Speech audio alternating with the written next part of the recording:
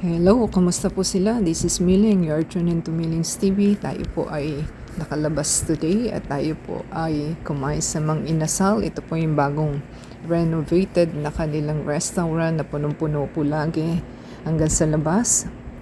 At ang ating in-order po is may palabok po tayo, may pork barbecue chicken, at meron po tayong gulaman, at meron po tayong Coke, ang ating in-order ng ating kasama, at tayo po yung nabusog.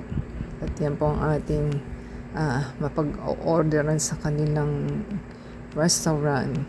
Kung nagustuhan po nila ating video for today at tayo po yung naka-voice over lamang, pakisubscribe po, like, comment down below, either sa Facebook, Twitter, TikTok, and Instagram.